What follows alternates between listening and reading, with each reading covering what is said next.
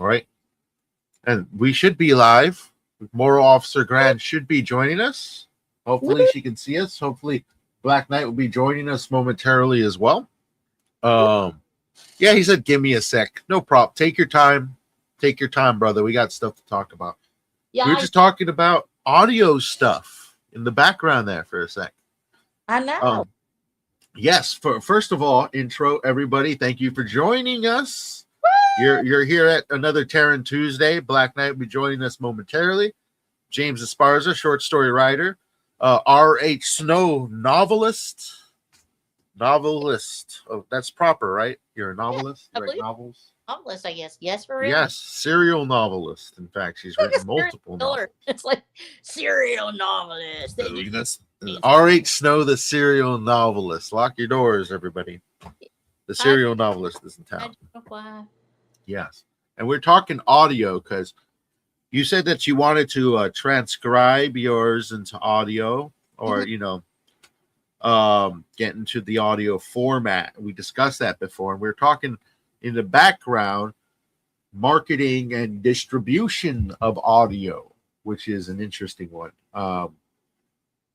One that I've been exploring because I've been working on audio dramas in the background as well is distributing a podcast, and how does one go about getting a piece of audio drama out there. And one fashion that I've actually found, Black Knight should be joining us here. Yay, come on, Black Knight. Yes. They say your mic's not connected. You might want to double check your mic before I can add you to the stage there, Black Knight, if you hear us. Double check your mic. Maybe you have to reset that. But you were saying that you initially had a handful of recordings, chapters that just got lost. What happened there? So I was hosting through my other distributor, actually wonderful lady named Cynthia Davis, and my editor from my first series, which was Art Devitalis, and they actually had a studio type setup that they could run the stuff for me. And so I would pay a little bit each, week. I would actually do all the voice and everything like that. And they would add the music for the background music for it. And so we did that. And I had nine episodes of about 30 minutes apiece, doing the first part of the book all the way up to the end of the first big chapter. Because as you know, I have these gigantic chapters that I write that are usually actually like novelettes within the novel. And so each book has usually between 5 and 7 chapters at the most. They're big, giant chapters. Yeah.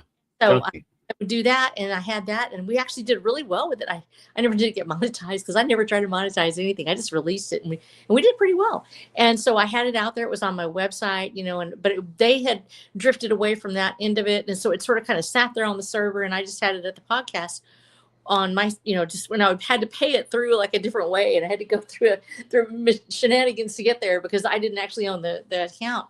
Well, they evidently dropped their own account, and so now it's like it's gone. I don't know where it is. I'm trying to find I had the episode saved, I thought, and it's probably on a hard drive actually that I've got several hard drives that I have like, sticks. And so I was like, but I got to get my computer back up to get to them. So I'm like, Yeah. So I'm probably thinking about if I'm trying to figure out if I'm going to Audible books or if I'm going to podcast. I know that there are controversies about everything. Yes. I want you to tell me about what you think about it. And also Black Knight too, about what y'all think the difference between Audible, putting it out as an Audible book or as a podcast that everybody can enjoy, and it's just there and it's there for all time and anybody can access it.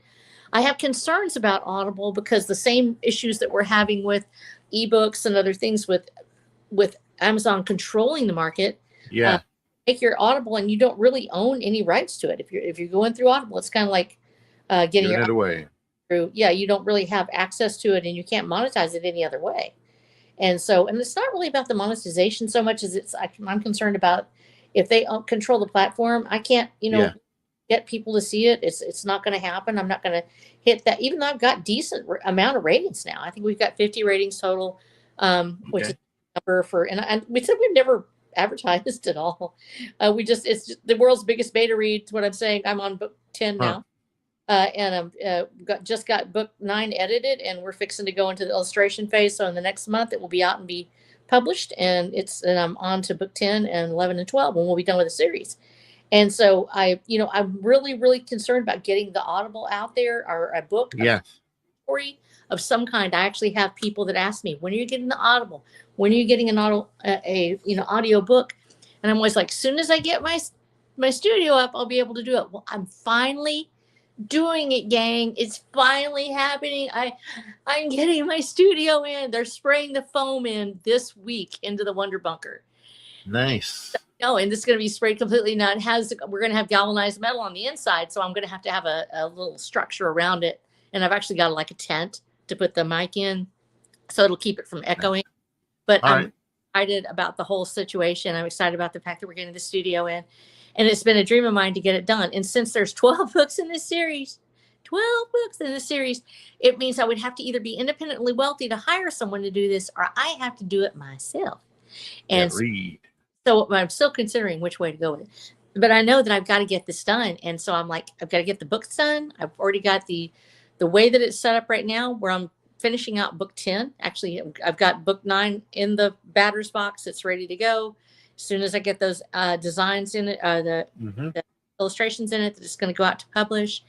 And so then I'm like, okay, well, I've got 3 more books left. I'm getting them done in the next year. Actually going to write it all as one slam. And I did that before with my first one. And because this is a pivotal point in the book series, there's really only 2 books left, since I've already almost finished with book 10. And that means that I can go in and I can write it all in one, and get it done. Then put it out there in 3 different three different books at once. And then it's on to the Audible books and to the TTRPG also, which other people have been asking about. And I've got people there's for that actually that are wanting to talk to me, and I'm very excited about it. And I've had some pretty big names in the past talk to me about it. I don't know what to do about that either. I'm like, wow, how do you do this? It's a big undertaking, but I've had enough people talk about it. I'm like, yeah, this needs to be a TTRPG. So I'm really excited about that part. But the Audible part really kind of worries me, because I'm like, if we invest in our books, and we want them to go out there, and we know that they're going to be there after, we pass. It's awesome to know that there's a legacy now, and that people are actually reading and they're actually going into it. But I want those Audible books, because they're my key to me being able to listen to my own series. I'm losing my eyesight. And so it's really critical importance for me. If I want to hear my own books, I'm going to have to read them, or I'm going to have to get somebody else to read them, so I can go back and listen to my books and do my research for my TTRPGs and all the other things that I want to do. I'm going to have that done. So Audible is a very important point of marketing, not just for the fact that you can get your book out to people who don't have time to read, but also for those of us who are struggling with eyesight issues, that we have a way to listen to books and to go and have the access that we want. And there are several different ways to do it, but I really want to have it read by a human being. The voices and the names and things are difficult for AI. And I know that my husband's been able to listen. When I give him a manuscript, he'll listen to it on like the reader, but it doesn't quite get it right. He'll get it wrong. If the pacing is better than it used to be, but it still has a really hard time with accent, with all that stuff. Mm-hmm. Texas book, so it's got a Texas accent, so I have to have a Texas accent too. So y'all are going to help me figure out how to do this today, okay? Well, we're definitely going to explore that and talk about the podcast method I've been going down. But first, Black Knights, thank you for joining us. How are you doing, man? Hello. Well, I'm sorry. The StreamYard was being weird. Yeah, I had my headphones connected, and StreamYard said like, no, human. You don't have your headphones connected. You have no headphones connected. I cannot find it. Screw you. They do not exist. They're not connected to your device. So I had to reboot the computer, and then I logged in to to StreamYard, and this time it said, "Oh, yeah, fine, Go ahead." Go ahead. So nice to let you in. So nice, yeah. So nice. Yes, and you were on vacation there for a bit. Well, that was the goal. We had like these plans last year, but we couldn't do anything. So this year, when my brother came over for a couple of weeks, we decided to go. Let's say, well, it's not America, so it's not a huge country. But we still have cars, we still have roads, and we still have different cities. I'm joking. But we went to another city, a smaller city, and mid Bulgaria, and it was a mountainous city, but it had like this newer remodeled hotel with spa and stuff. So we didn't use the spa, but why? The hotel was because it was. I mean, we kind of figured it out that we could go to the hotel like throughout the week and have this like promotional price for the stay. I mean, it wasn't that cheap, but it's like it was a really nice hotel. It's like a 4 stars or something. I'm not sure the equivalent. If it's really the equivalent of 4 stars, but it was really nice. Oh, wow. So we didn't use the spa because it was like crammed full of people almost always. We had like this small pool. I mean, it's not a huge hotel. It's a small hotel. So it had like a small pool with jacuzzis and stuff. Sweet. And it's in the like near the mountains over that city. Sounds nice.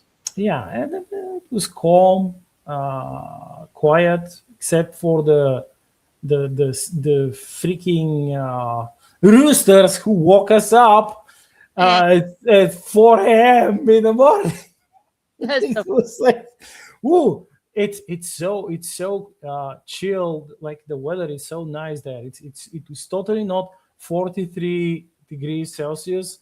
Ooh, that's because it's up in the mountains. Since always like, well, we have an AC in the room.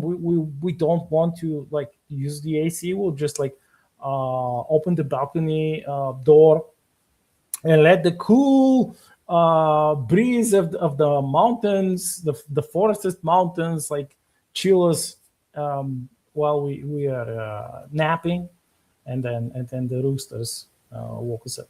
So that's just the beginning of it. So yeah, it was good. I mean, it was overdue. We should have went there last year. We couldn't. Yeah. And you could make it a yearly thing now with your brother, where you go like every year and you go party in the mountains. Well, it's not like that. We partied. I mean, we had Party some. if you enjoy it. Yeah, we went. Party. I'll tell you later. I'll tell you later throughout the stream. Yeah. Okay. Yeah. Righteous. Yes. Yeah. So you had a good time though. You enjoyed yourself. Yeah, and just before that, we went to me, my brother, and a friend. We went to the Sabaton concert. Nice.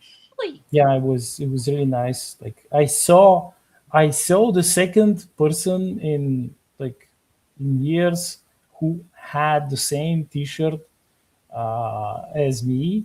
It's like it's a somewhat unique T-shirt because it was merch for the very first concert of Sabaton here, and there were like very few of them. So it's rare for me to see another person with the same T-shirt.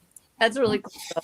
It was like And my brother is like, look, this guy has the same T-shirt. Nice. Yeah, I couldn't get to the guy though, because it was like in the crowd. It was too far away. I couldn't just spied at him from a distance. Yeah. All right, not bad, man. Come home with some stories. That's what it's all about. Oh yeah, an adventure. Enjoy your life's adventures, man. And we were talking about podcasts, as that is one thing that I was actually exploring recently, because for the last 6 months, I've been working on an audio drama, which sort of expanded into a little serialized audio log horror thing. And also, there's a question here. Let me address real quick. Yeah. Hey, James, what happened to Sir Sandwich? I usually go Sandwich, but it's been difficult lately because the software. Oh, no. I don't know if they've had an update with StreamYards, but the software hasn't been agreeing, and it's been really like just consuming a lot of resources, and running the sort of Sandwich software to get the mouth moving and stuff has been slowing down my computer, so I haven't been able to do it lately. Oh no, but you're good enough. We're good. We love you. But sandwich. Exactly. Thank you. I'm pretty secure. Sandwich, no sandwich. But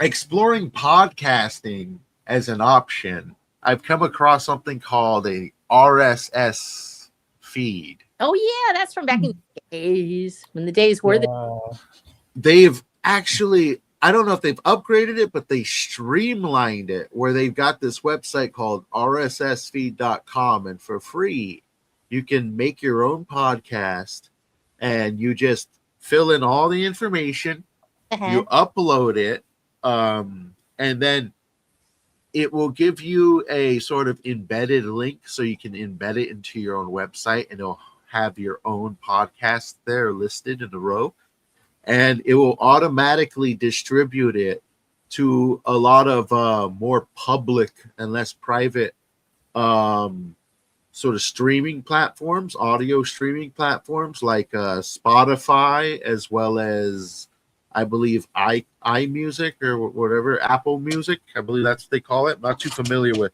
Apple stuff, but I know they got a very popular platform that it will automatically distribute it to, and like a dozen other platforms. And you have full rights to all your works, things of that nature. You actually fill in the copyright content area. So that's what I was exploring today. And it's really neat because it creates a website for you, but you could also embed the episodes into your own website. Let me see if I could bring up an example here. Excuse me. Go to rss.com. It's a real simple website. See if I am currently logged in. I should be in rss.com. Yes, I am. And I'll move this over here. And this is going to be the podcast I'm working on, but I'm not going to talk too much about the project as much as just use it as a general example of how it works, because I think this would actually empower a lot of people. Oh yeah, let's talk about this. Absolutely. So nice. I brought it up right now, rss.com.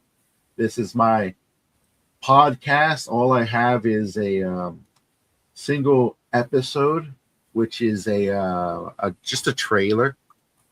This is what you see in the back end, but if you go to public website, it creates this automatically for you. Ooh, nice. As soon as you get your podcast. That's nice. And then it'll have all of them listed here.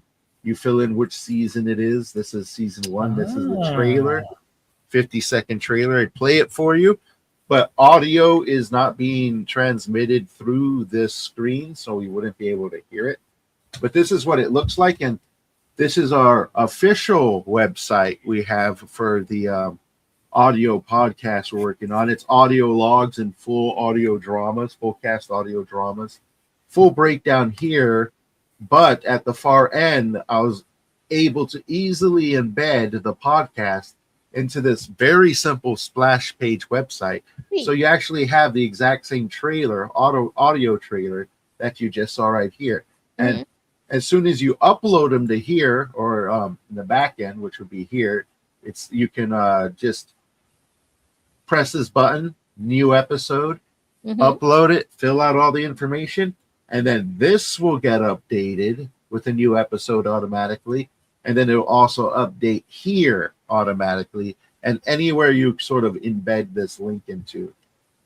So that way, marketing is up to you, but you can go out there and get it done and actually have your own sort of centralized personal distribution platform to send everyone to. Really interesting, because to me, okay, so one of the biggest things, of course, is we're talking about rights here, about whether or not you can have what you have and whether or not you still keep it going, because there's been a lot of issues lately.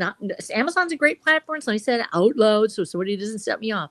But I think that there's also some issues that we have with whether or not you actually own your content. If you go through them, for instance, you can't market with other people. And Audible has some of the same issues. There's ways to set yourself up where you have your own rights and you can take your books and put them everywhere else if you want to, or have them not even on Amazon at all. And I've been working towards my own platform, so that way I could do that when I get finished with the series. That we're actually going to do a second edition with hardbacks and all that kind of stuff and specials. And we wanted to put it where it could be easily accessed, even if we didn't have Amazon. The biggest issue for me, of course, is fulfillment. But on that page, I want to have my Audibles. And it's like, if you have them on Amazon, you have to link through their platform, I believe. You cannot have a standalone.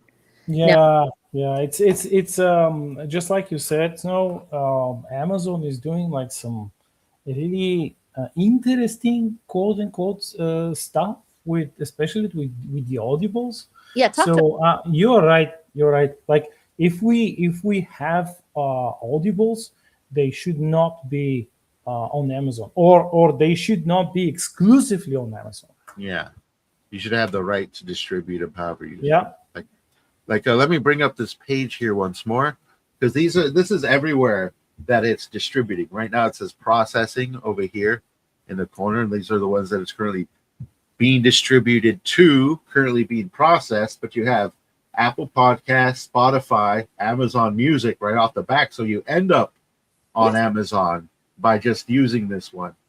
Podcast Index, a lot of these I never heard. Listen Notes, but these are apparently the major ones. So through this website, you can automatically end up on Amazon Music. So that might even just nip that one in the butt. You've gotten to Amazon without having to go to Amazon and sign up their little ridiculous services there. This is one way you could end up on Amazon. Granted, I don't know what RSS feeds necessarily look like individually on these platforms, or if they're treated separately compared to directly going through their services. I'd imagine in some degree it probably does, but I don't know. That might interfere with some consumer laws. But that's one thing I'd look into. But these are also another list of instantly distributed to podcasts, many of which I've never heard, but they're all platforms in their own right, and you might just get listeners. So this is what I've been doing. I've recently discovered this. I'm still experimenting with it, but I'm mostly sharing it with, for the sake of the conversation, because I think a lot of people really don't know the options currently available to them. Yeah, and if you remember, you can do something similar with Substack. It has options for audio stuff. Even the reader, like the AI reader that everyone has enabled on their pages, which reads the posts. But more so like the Audible option that you can like enable the if you have like podcasts, you can link them or upload them, and Substack will play it. I have no idea like how to do it yet. I mean, Yeah. I could check it out, but I know it exists. It works because I've seen other people do it. So yeah, that's also an option. Yeah, yeah. So there are options available. The hardest part, I think, is the marketing, really, at this point, rather than the distribution, which is a beast in itself, which I'm still trying to crack. Is the marketing. Oh yeah, yeah. Believe me, I have a degree, like high school degree, and also like I studied in the uni, but it's Uh still huh. like it's still quite insane because certain groups have cornered. Uh, The market. yep, yep, yep. I am not surprised. Yeah, There's a lot to be made in that corner of yeah. of marketing. We. It's like, um, have you? Do you remember the Ninja Teenage Mutant Ninja Turtles? Yes. Um, we didn't have the toys Yeah, because it was like after the fall of the regime. Like, yeah. but the marketing was so insane that even we heard of the toys. Like, we didn't know that the animation, like the cartoon, we didn't know it existed, but we heard of the toys. So Yeah. imagine the power of like marketing if you have like enough connections and resources, because it's all Uh-huh. about connections and resources. It's not like we've all seen like a crap ton of gaslighted and astroturfed products like that are absolute crap. um, that's but the marketing says it's like, yo, you must have it. You must have flanity flan, like the joke advertising in one cartoon, which is it was called Invader Zim. And it was like there was this like flan, you've had flan, but it's like Uh-huh. this flan is this is the bestest flan ever, and it's not the best. It's like it kind of a slop in the cartoon, and people get like super fat eating it, Like, but it's like, yeah, you must have the flan, you must have the flan. It's like, no, oh no, it wasn't Invaders. It was like Courage the Cowardly Dog. um, Flan, yeah, the flan episode with the buddy. flan. So yeah, it's not super fine with the advertisement. Yeah. Though the thing with the correct advertisement, even if Uh-huh. if it's on the cheap, it's still going to be super effective. Yeah. Very, very true. The methodology I've been doing is trying to, because the podcast is centered around an existing intellectual property, so I'm seeing current sort of I guess you say figureheads within that, and sort of reaching out to see if they want to do some guest voices and stuff. That's after releasing a trailer that has sort of proven itself to be of quality, sort of little proof of concept to draw some heads, because Mhm. marketing is, it's half the battle. It really is half the battle, because you could work on a project for years on end, but if you didn't do the appropriate marketing, it's not going to reach a quarter of the people you'd hope it would. There's a lot of stuff being released constantly on the internet, and you need to find a way to stick out from it all. well, and so hard because we're talking here about, for instance, and I've actually I pulled back a little bit up from Substack because of it, because I'm actually doing my research on it. The issue with the Pangram AI on Substack, and James, you probably have an opinion about this, about the not only the AI learning from it that you're opted into having the learning done on it, and really you can't really opt out completely, but also the constant running on it where it's always running in the background is this AI, and you can get dinged as saying, "Oh, this is AI," or "It's not." Yeah. Not even true. So with everything going over, it's like you'll get a page and you'll think, "Gee, I'm doing great. I love being here."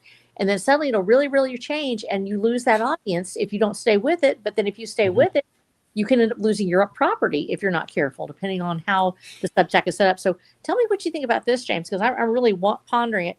I need to get back on Substack and do like short poems or something like that. But some of the other content I've been holding back on because I'm concerned that I'm going to end up losing the rights to it simply because once AI gets a hold of something, it'll start saying that it made it instead. If you actually put it in and you put it in constantly, there comes a point where it goes, "Oh, I made this," and you're like, "No, I put it in." It's like 10 years, but now you say it's yours. And it's sort of one of those things where somebody's holding it, says it's mine now, and you're like, "No, I gave it to you, but now it's mine." What do you think about this? I do see a lot of different creators kind of stepping aside from Substack a little bit. That is one that I'm hearing a little bit. Another one, obviously, that it's moving more towards notes than it is for creators. It's more become a place of creators to talk about their creations rather than sharing your creations with people who want to consume such things. Yeah. But with the AI thing, I've noticed there's definitely been a bit more of a push on it on the platform. One of which I've ran into while producing a work the other day was to allow there to be an AI scan of the work, so that way people can scan for themselves to see if it was made by AI or not, which I thought was kind of offensive because a lot of these softwares do not work when it comes to like detecting AI, and there's a ridiculous amounts of false positives. But now it's created this new dynamic where you, the creator, are you not allowing people to scan your work because there might be AI in it? Where now you're going to have to deal with this light social dilemma. Am I going to let people use this scanning tool that's built in that I'm being asked if I want to add it on while publishing a work? So I see it becoming evasive in a multitude of ways. And it's just becoming another obstacle that you're having to deal with some of these platforms. I don't know how other platforms are dealing with it, but I know Black Knight, you usually have some of the most engagement on Substack. What do you think about this? Well, that's probably mostly because I've had consistently posted a lot of stuff because I've had written a lot of stuff. I've just been doing that. What I learned from the early days of my first social media, which was minds.com. Oh yeah.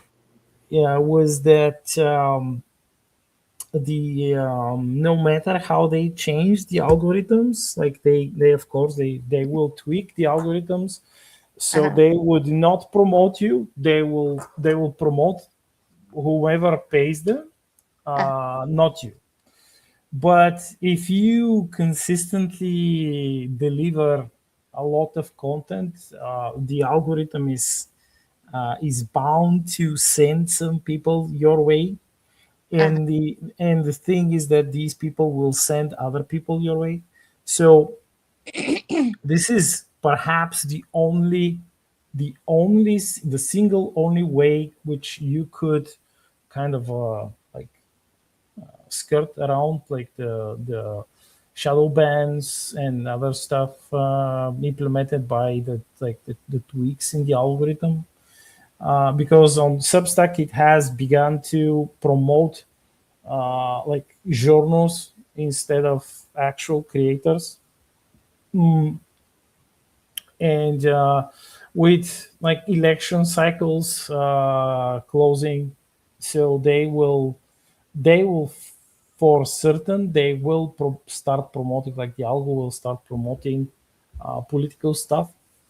Like, don't get me wrong, I like political stuff. I studied political stuff, but I'm not like, this is it was not the Substack was not advertised as political site. This, like, yeah, as this type of a site. It was not only, it wasn't advertised as such. It was like advertised as a creator site. It's like a place to post poetry, articles, and actual novels, novelettes, and stuff, stories, short stories, longer stories, serialized stories, etc. But they saw that this, like, the quantity of content and the quality of content attracted a lot of people, and so they wanted to expand even more. And this is why they are trying, like, to tweak stuff, and it's like, yeah, added the nodes and this and that. This is somewhat similar to what happened to Minds back in the day, because Minds began as a creators platform. I think I talked about it. Like, it had a specific economy within the site, like inbuilt with tokens, digital tokens, which you could use them to, like, help boost your posts so they would reach a specific audience.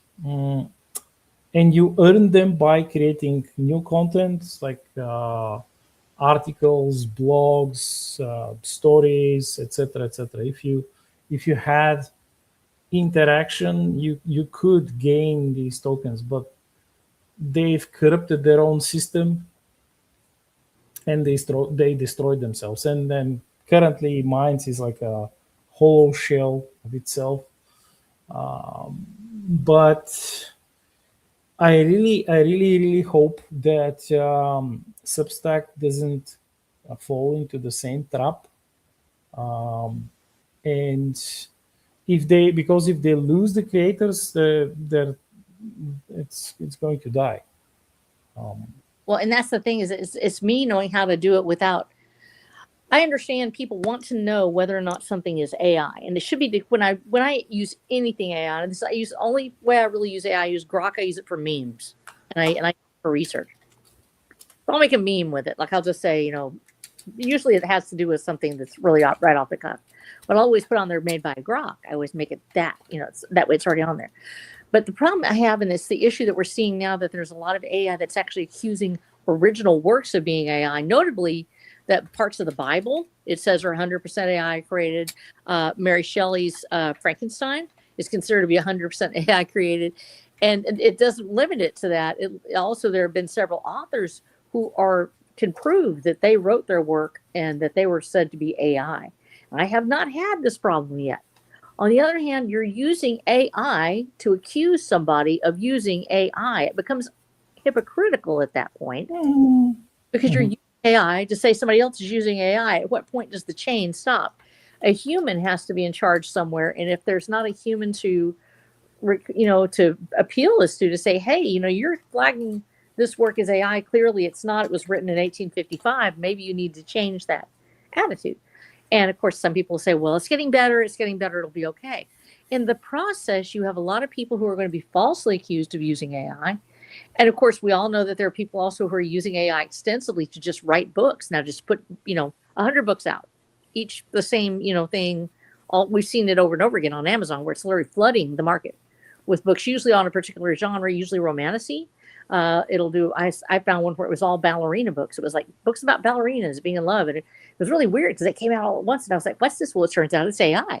The author is actually AI. So we all want to know if there's something like that, but without a human touch to reel in that, there will be false accusations, and what starts off as being, "Hey, we want to make sure that this is a real, human-centric, book," will end up being a false accusation that takes humans out of the mix. And and possibly ruins lives. And that's why we need to have some other way of doing it. And I think that that's because all my stuff was written prior to this coming out. And I'm like, I've got stuff. I don't mind it being scanned. I don't think it'll come back as being reported as AI, but I've already seen other people get done that. I don't really have a problem with that part as much as I do about the fact that every time you do this, you're scanning the material in to be used for AI. And every time we've seen this happen, we later on see the platform offer its own AI, where it starts to intrude. Like now you're writing your story, and up at the top, it'll say, allow me to use my AI on it. This is on almost all of my apps now, where literally I'll be writing something, and I've had to actually go in and tell Grok, please remove yourself. I'm trying to do research. Do not offer me the option to write for me. I don't want it. I don't even use Grammarly at this point because I don't want it to rewrite anything for me. Grammarly is shit. It was always shit. Yeah, but that's the thing. You're thinking, oh, okay, I can actually find out if I'm utilizing this properly. It ended up wanting to rewrite the edit the actual work. And so it's on everything now. So I'm anticipating that at some point, I may be wrong, and would love to hear from Substack on it, that while they're scanning all these things, we're scanning to see if it's made by AI. Really, they're scanning it and they're putting it in their own AI. Yes, but there is another aspect of it. Yeah. The new generation of so-called AI it's actually consuming AI generated stuff, and it has come like it fact checks itself by offering you articles and videos and everything which was made by AI, but by the previous AI. Yeah, really. So like this is like, for example, when you go to YouTube or another like platform, but most YouTube, and you look for like research videos. Let's say, I'm writing this detective mystery novel about Victorian England, and you want to learn like some stuff about Victorian England, but you don't want to like go to the library or like read a lot of books. You just watch like you want to, let's say you just want to write a short story, a short detective story. So you don't need like a crap ton of research. You need like some okay research, like basic research, maybe like watch a dozen videos and stuff, like you get your basics straight, and you go to YouTube and you look, and you find AI slop history videos. It's literally drowning in them. YouTube is literally drowning in them. Yeah. And they kind of like the AI that makes them, it quote unquote fact checks with other older AI history videos, which also are wrong. Like most of them get the stuff like the facts wrong. And only if you explicitly ask like the search AI to exclude these and only include like really old, like proper historical sources, only then it will say, oh yes, this is like an AI video, this is this and that.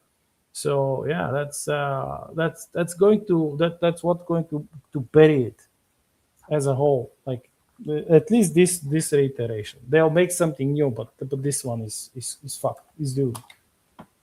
Well, and that's the thing that concerns me the most, is the fact that we're going to lose creators where all that's left is the AI, because the AI is going to come in and accuse people of using AI, and then people are going to go, I don't want to put this up here, or they get up there and they find their work is being absorbed by an AI, and then it in turn accuses them of imitating it, when it's the other way around. I've told you this before, and anybody who's listened to the podcast knows that I had Watcher the Dam was used by Anthropic and Meta to train their AI, and as a result, and I have not had anybody tell me, "Oh, you write like an AI," but there's going to come a point where if my books are used to train AI will try to write like me. And if AI tries to write like me, it's going to accuse people who write like me of writing like it. It steals the material, and then it says, it is mine now. You are imitating me. And so this becomes this more of an ethical thing. Even if I'm never accused of having used AI for my writing, it is now consuming my books and claiming its style and its use of.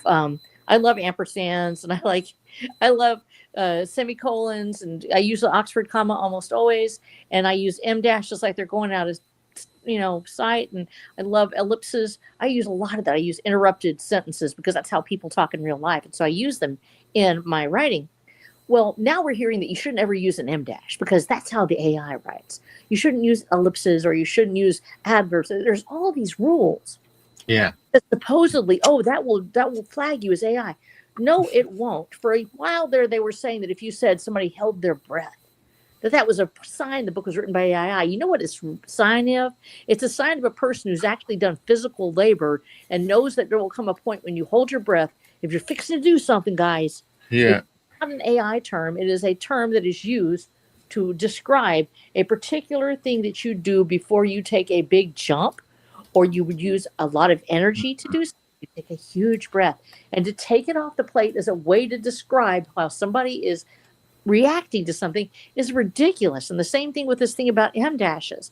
And they had a new one the other day. I forgot what it is right now. But literally, it's every other thing is now, you shouldn't write this way. Well, the way humans write, you shouldn't write that way.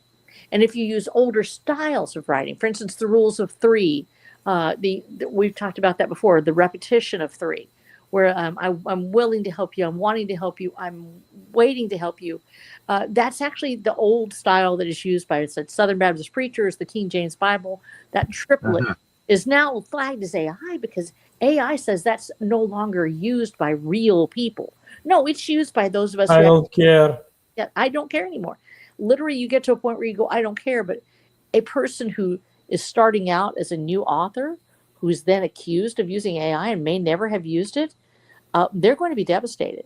So I think we actually do need to talk about, in addition to that, and how do we find a platform that's not going to steal our work and then claim it for its own, is how do you prove that you're an author? How do you prove you actually wrote something? And that's easy. I already figured that out. Right by hand. No, what? You use the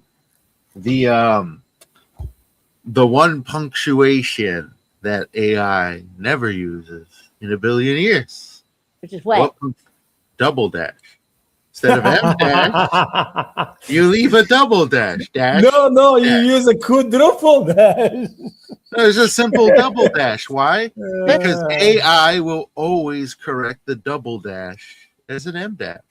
And really? Frankly, I like the way double dashes look compared to em dashes. Well, so I have literally, because almost all, by almost all, I mean the only writing software I've been using has been correcting double dash as em dash. So literally, while I'm writing and I put my double dash and it corrects as em dash, I will stop, go back, and double dash that on purpose.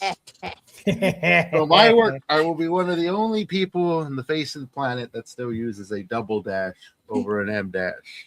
And when you correct it, then I will correct it once again and put that double dash back.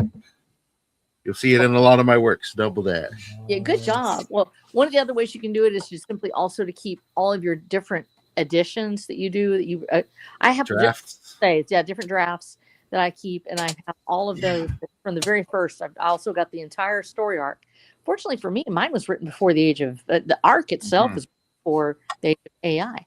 So I can prove that's my story. I wrote it. I came up with it, and some of it's actually written in hand. So I got the paper it came on.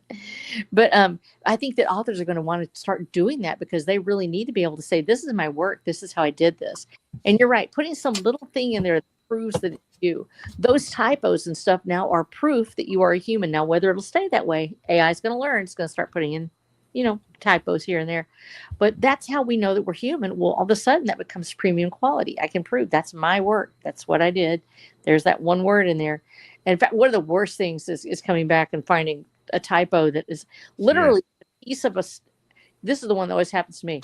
So I had Kit Kat. She would get up on my keyboard when I would do it. And I don't let her up on my keyboard now for this reason. So then she would step on something. So like half of it, I'd have it ready to turn in and she might jump up while I walked out of the room. So now there's like a half of a sentence missing or something like that. So I have one where I had to go back and actually do a second edition just because half of a sentence was missing, completely missing. Yes. Like there. And then there's another, the first edition of Transmutation Texas. If you find it, you get a prize, where it's actually got two paragraphs were copied, and they're like right together, the same paragraph right below the other. And I'm like, how did that even happen? How? And so when we go back in to do our special edition, second edition, and we're going to be doing, I'll be taking out those obvious typos. I'm not going to change anything else. I'm not going to change any content, none of that. But I will take out the most obvious typos. And I think I want to do something special, like you're talking about, where we actually put in some sort of little thing to show it's not AI, like something special that's embedded in the book. And I've thought about using white text. What do y'all think about using white text in it? Like, white text where you actually put in a word that's invisible to a reader. And we can do this on web. I don't know how you do it on paper. I think you could do it on paper as well. So if you're on paper, you have a white text or you have a gray text that's somewhere down there, and it's just very faint or it doesn't really show up. And if you're reading in a light mode, you won't see the words. So if somebody copies and pastes your text, you have your text of your book or whatever. And at the bottom, you will have something like my swiggity swag sweetness or something like that. And literally you put that in there, or you put it in as a character. You put a sweet pumpkin pie girl or something like that. If a AI reads it, it reads the white text and regular black text. The reader won't usually see it, but the AI will see it. And if you get back a whole spiel back about sweet pumpkin pie girl showing up, it means that AI has read it instead. Yeah. And the same thing happens. That's how you can tell if somebody's actually read your book or if it's a review that's been done by an AI. And that's getting to be a thing too.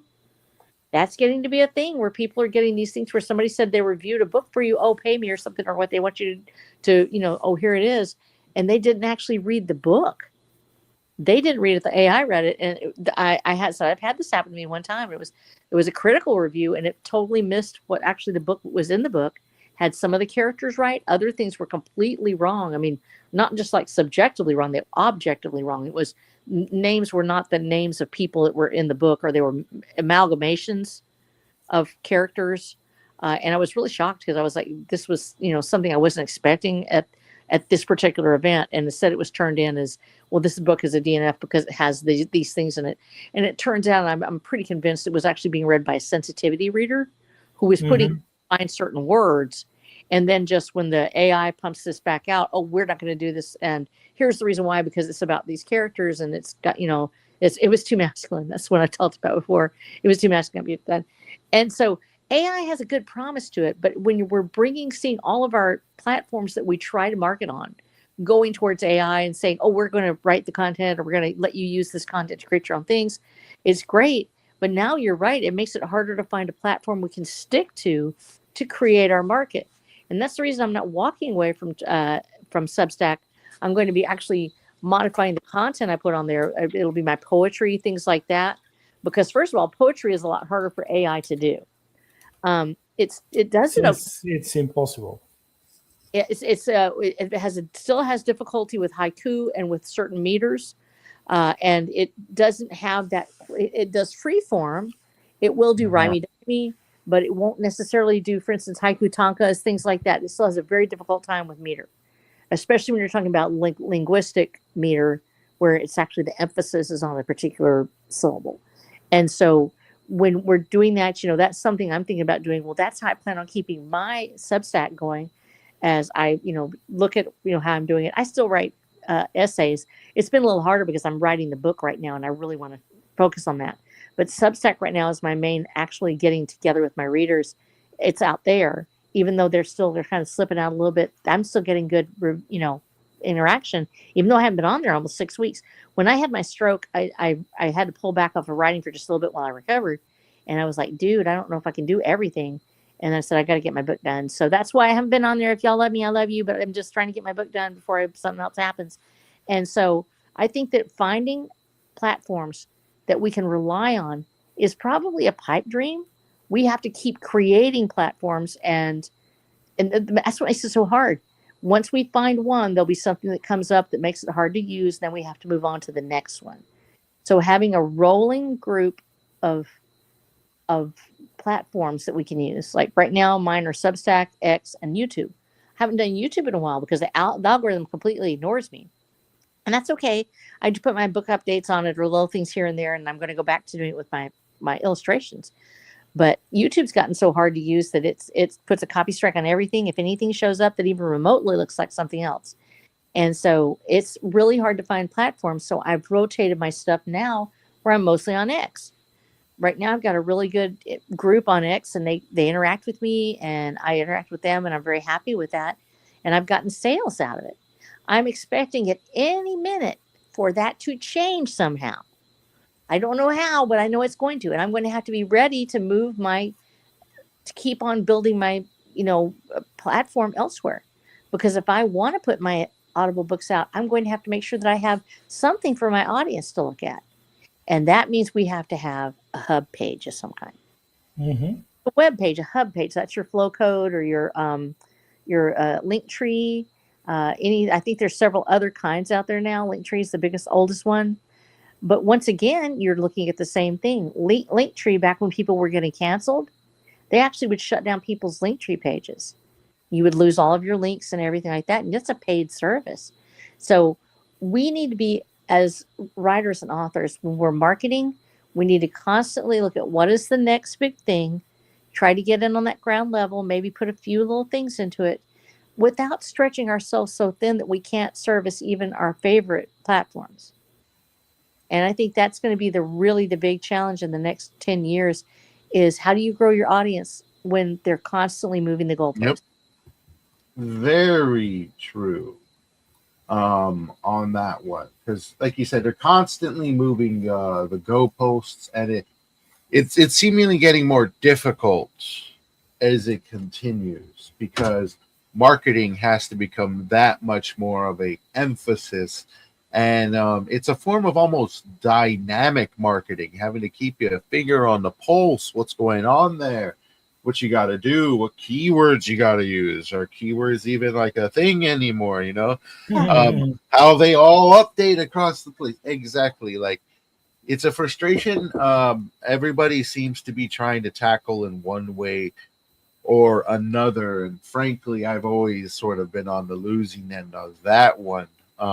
Particularly when it comes to writing, I've never been able to actually crack, particularly even the Substack algorithm. 3 years into Substack, and I can't even get more than maybe 2 people to reply to a note. And on Substack alone, I'd be lucky if I'd get 20 readers. And by readers, I mean like people that actually read.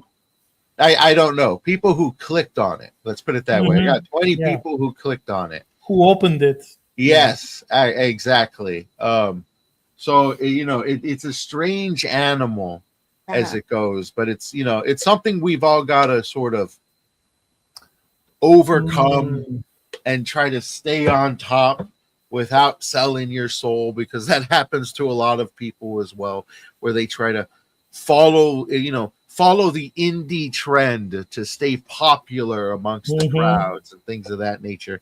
It's similar to following or writing a novel with what the publisher wants, but instead of you're writing for the algorithm instead.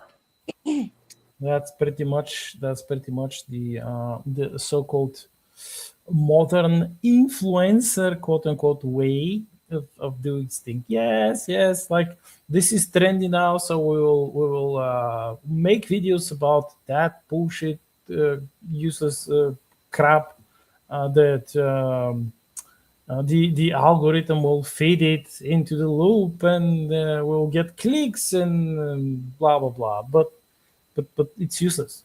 It's pretty much like it's just noise. Well, it's just noise. But that's why it's so important that we still keep on communicating, because one of the things I found, so I know I'm never going to be, I've got what, 8,500 followers on Twitter. It's not a huge amount, but it's also a decent size amount. And the interactions, I'm never going to have monetization. And I already know that, and I'm okay with that. I started it because I wanted to be able to talk about my book. But then I found there were other people on there who just needed somebody to talk to. And the thing that monetization would do to me is, first of all, that people would say, oh, you're just saying that because you want the money. You're just saying that because you believe this thing. And I've actually been able to tell people, no, I don't get monetized. You can look at my stuff. This, this was done because I wanted to show somebody, something. But I've learned that going up and you pray for people at night, and there's a bunch of, the ones you see in the algorithms are the ones with thousands of views and hundreds of replies. Go and look for the person who just posted something and it's 1 or 2 views, maybe no hearts at all. And they're talking about something that's really affecting their life, or they're trying to just reach somebody, just anybody, just shouting into the void. They've made something beautiful. You'll find incredible photography that no one has ever looked at or touched even. And you go up and start looking for those guys at midnight, 1 o'clock, 2 o'clock in the morning. It's one of my favorite times to post. And just go through and start finding people and just like on something they do and leave a comment. This would never be picked up by the algorithm. It doesn't help anybody. It doesn't advertise anything. It's not what they want. And nobody's ever going to see my work. I struggle to get more than 20 or 30 likes. With all the people that follow me, they don't see my stuff. That the algorithm does not like something about the front of my page. Probably has to do with the word revolution, because I encourage people to overthrow their oppressive government. Guess what? They don't like that overseas. So I get crushed by the algorithms. But I've gotten so much more out of just being able to reach out and touch people who actually need it. It's once you open your eyes to what's behind the monetization, past the curtain of monetization, there are real people and real humans just wanting to touch somebody.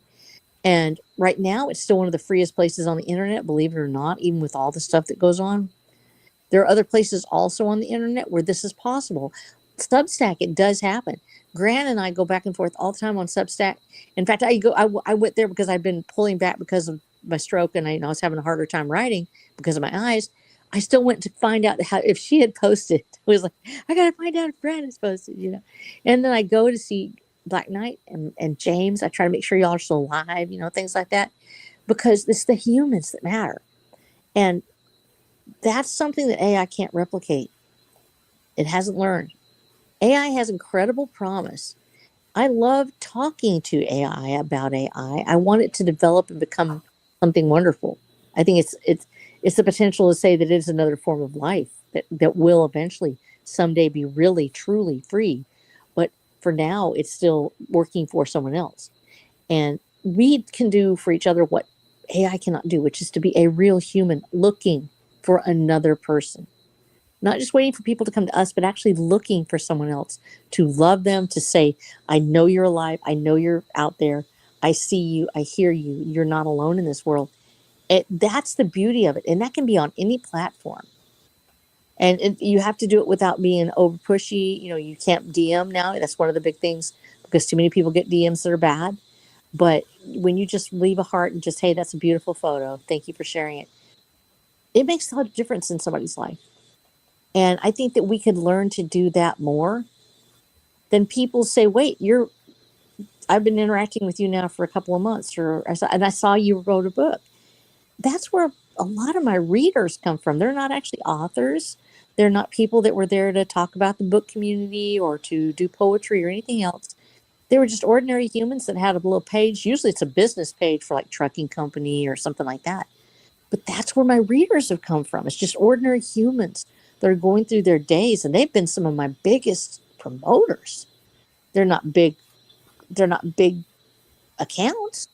They don't post something and suddenly they're an influencer and everything shows up. But they're the ones who bought my books. And they did it because they just wanted to hear more from me.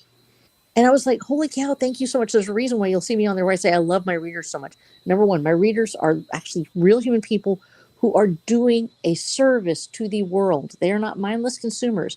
They read books and love them. They are passing knowledge on and they're preserving it. Secondly, they thought I was worth their time. They actually spent more time with me than some of my family members have. I'm not talking about my immediate family. All my immediate family is awesome to me. But there are people that I haven't seen in years. But these people, they bought my book and they read it. And it takes several hours to read a book, sometimes days or weeks. And they have taken that time with me to get inside my book and to see my heart and my soul in it. My readers are actually part of my family. They are like a person who has seen everything that I ever dreamed. So they are so important to me that that one person that just gets a copy of it or gets an ebook or does anything, they mean something to me. And that's why I go back to Substack and I go back to X, because my readers are there. And I love hearing about their life. It's not just about the fact they read my book one day. They committed themselves to me in a way that a lot of people I've known all my life never have. They thought I was worth their time. And that means I need to give something back to them. And that's what those platforms can let us do. And maybe along the way, we'll find somebody that wants to connect with us other ways. But you know what? That's the greatest gift I've ever gotten out of this whole thing. If you had to ask me now, what I'd say about it, the people I met, you and James and Gran and Lily and regular everybody that's out there. I haven't ever had such an amazing time as I've had being able to sit in a little room, get on the internet, and talk with humans. I think it's amazing. And I think that that's going to be the promise that these platforms can give to us. More than marketing, it's people. Yeah, pretty much. Without the people, if they well, by the way, do you remember the time when they kind of like populated Twitter with bots? Oh my gosh, that's happening It again. was terrible. I didn't have like I still don't have like a Next account, but Mhm. a lot of my friends did, and they quit back then, like en masse. They quit. They just left the platform. Well, they did because there were you were getting spammed It relentlessly. was useless. Uh, well, that's one Mm. of the hardest things. The fact that any interaction looks suspicious, and in fact, that's one of the things that we're being taught is that if there's something beautiful, that if it's really cute, that we need to immediately feel bad that maybe we'll like it and it'll be AI and people make fun of us, or that we were stupid and we fell for it, so we don't like stuff anymore. And then we're afraid, maybe we'll fall for some scam or something. So it makes it terrible because I've not really looked at my, unless I see it's a name I know, I don't open anything that's in my DMs because a lot of it was actually, things that would actually hurt, like, shut down your stuff, and, the hacks and things if you hit the wrong link. So it's crazy. And I don't want that. So I can understand why people would quit. No, don't open links. You just DM with people you know. That's Yeah. Well, that's it. yeah, pretty much. So yeah, I was going to tell you about like a couple of the highlights because as I mentioned earlier in an earlier stream, some of these trips can be highly like stimulating for your imagination, and you could use the things that happen to you as an inspiration for a story. I did more than a few times. So, well, the first thing was like we almost got into an accident Uh-oh. on the road because there was like this SUV, like this BMW SUV, like huge SUV, and the the the idiot who drove it she was playing on her phone while she was like driving it with one hand, and she almost crashed into us. No. Really? Almost crashed into us. But we were lucky because we saw it, um, and we slowed down and we let her pass, and she almost like drove into the other lane. So yeah, it was close, real close. And A lot of the drama. Wow. yeah, like what this is like you could. I could very well see myself writing something about like highway patrol, Oh yeah. trying to catch this idiot before she causes like a major car crash or Oh something yeah, like. for real. Because yeah, she did indeed went into the opposite lane, like for a like 20 seconds or something, like 15 seconds. Thankfully, she kind of Mhm. veered away. So yeah, I could very well see myself writing like a short story about highway patrol, like doing something, chasing after someone like this, and trying to, Mhm. let's say, um, arrest them or something, and it gets into maybe some weird road rage thing that I probably you probably saw like some videos about road rage, or you were Uh-huh. like you saw it yourself. Yeah, that's something else. And the other thing was that we went to another mountain peak nearby that city, and it was a small monastery there. We couldn't actually Oh enter the wow. monastery, but because it was closed. But we went to the church and the like the touristy area of it. Hmm. Sadly, it was commercialized a bit too much for my taste. Was souvenirs everywhere, and a bunch of tourists. Like there Oh no. were too many French tourists. Like this is like what is happening? Why are the French invading our monasteries? I'm joking, but Eh, this one was like, yes, yeah, you went there, and now you get to stay to wait in line with over 100 tourists. It's like just wait there in line.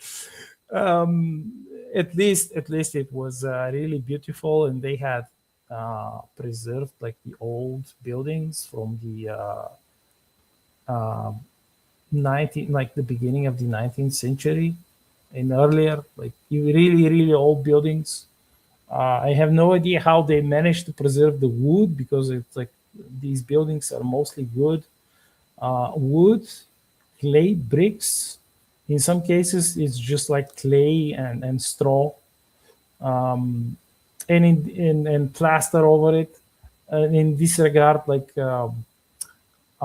you could go around these old places and look at the old buildings and see how sustainable, actually I hate using this word now, but how sustainable people built stuff yes.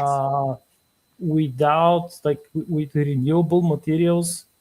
But anyways, we got like a lot of interesting stuff, seeing places that we wanted to go there, but we couldn't, like for years maybe. And on the road back, we kind of missed a spot that we wanted to go and eat there, and we went to another spot, and it's like, yes, but like it was really good, like the food was good, but we kind of uh, wondered if that place that we missed, like, was it better or wasn't it. And I went and asked a tourist, and he said, yeah, we wanted to go there, but it's like it's not the same. Like he said he went there to that restaurant like 8 or 9 years ago, but now it's like the owners are different, and they kind of cut corners, and they Ah, it's shame. it's not the same. Yeah, it's bad. It's gotten worse. Yeah. So we basically kind of dodged the bullet there. Mm-hmm. Yeah.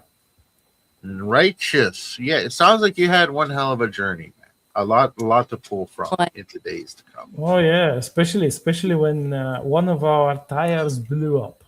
Woo!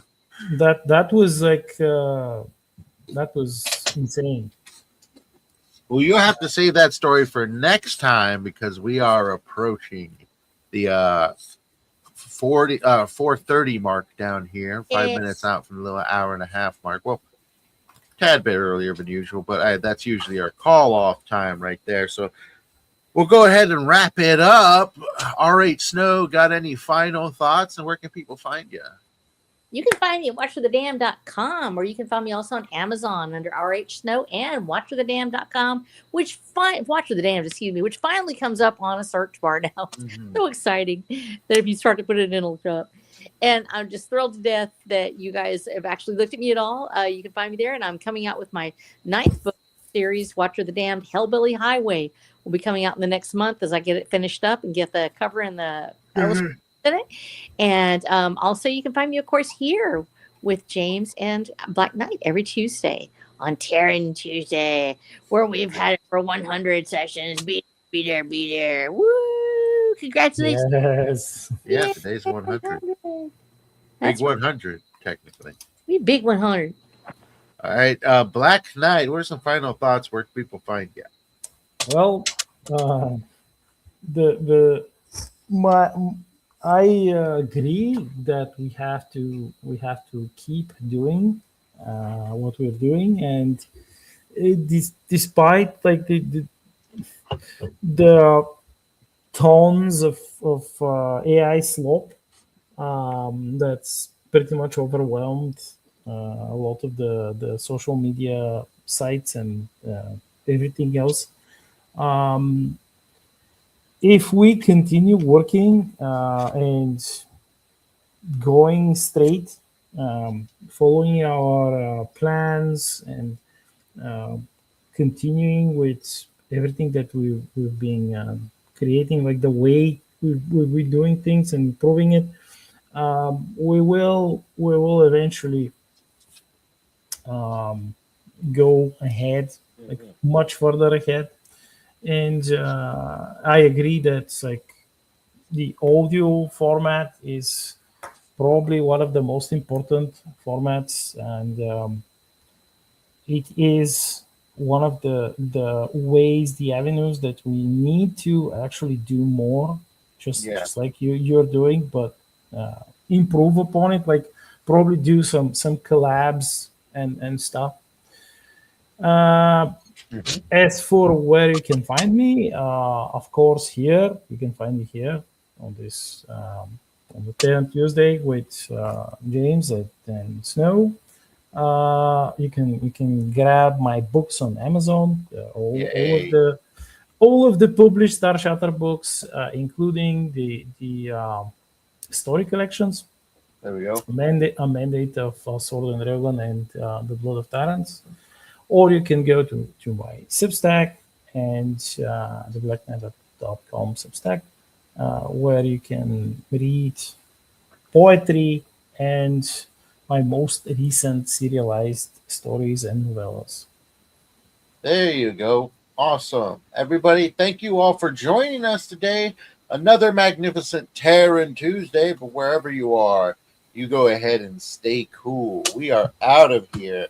Have a good rest of your day, everybody. Mwah.